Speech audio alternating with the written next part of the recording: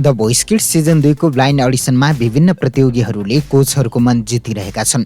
सानै उमेरमा दमदार अडिसन दिएका प्रतियोगीहरू देखेर कोचहरू चकित परेका छन्। कतिपय प्रतियोगीहरूले पत्याउनै नसक्ने गरी आफ्नो कला देखाएका छन्, जसका कारण उनीहरू अहिले चर्चामा छन्। कतिपय दर्शकहरूले उनीहरूमध्ये कुनै एक प्रतियोगी नै सोको विजेता हुन सक्ने दाबी समेत गरिरहेका छन्। सोको दोस्रो हप्ता 3 जना प्रतियोगीहरूले 4 जना कोचहरूको कुर्सी घुमाएका छन्।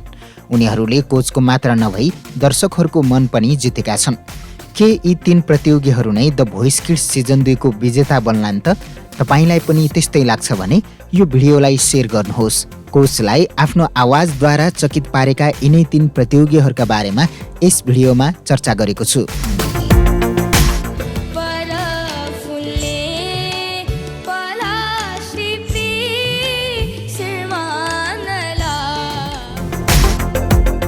Isha Rai the voice kids season 2 को ब्लाइन्ड अडिसनमा 4 जना कोचहरूको कुर्सी घुमाउने 5औं प्रतियोगी हुन् ईशा राई।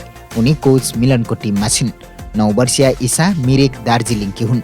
बुबाबाटै सङ्गीत सिकेकी ईशाले आफ्नो बुबासँगै कन्सर्टमा समेत भाग लिएका थिए। मिरिकमा पनि चर्चा कमाएकी ईशाले अहिले द भोइस किड्समा तहल्का मच्चाइरहेकी छिन्।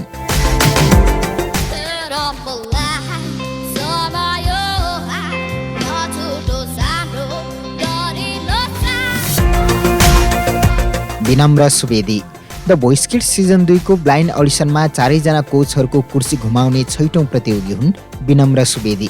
उनी कोच प्रमोदको टिममा छन्। 11 वर्षीय विनम्र आरुबारी काठमाडौँका हुन्।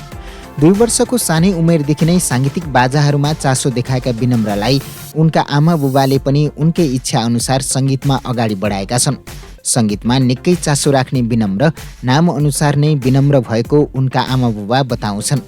विनम्रले सानैदेखि औपचारिक रूपमा सङ्गीत सिकिरहेका छन्।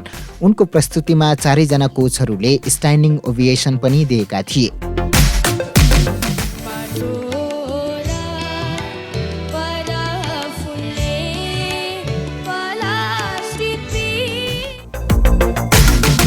Niharika Khadka the voice kids season 2 को ब्लाइन्ड अडिसनमा 4 जना कोचहरूको कुर्सी घुमाउने 7औं प्रतियोगी हुन् निहारिका खड्का।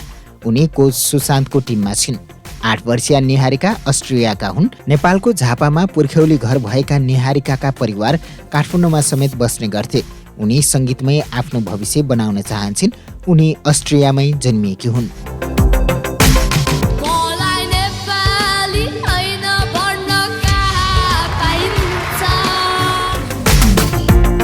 आदरणीय दर्शकबिन, तपाईलाई कुन प्रतियोगीको आवाज मन पर्यो? कृपया कमेन्ट गर्नुहोस्।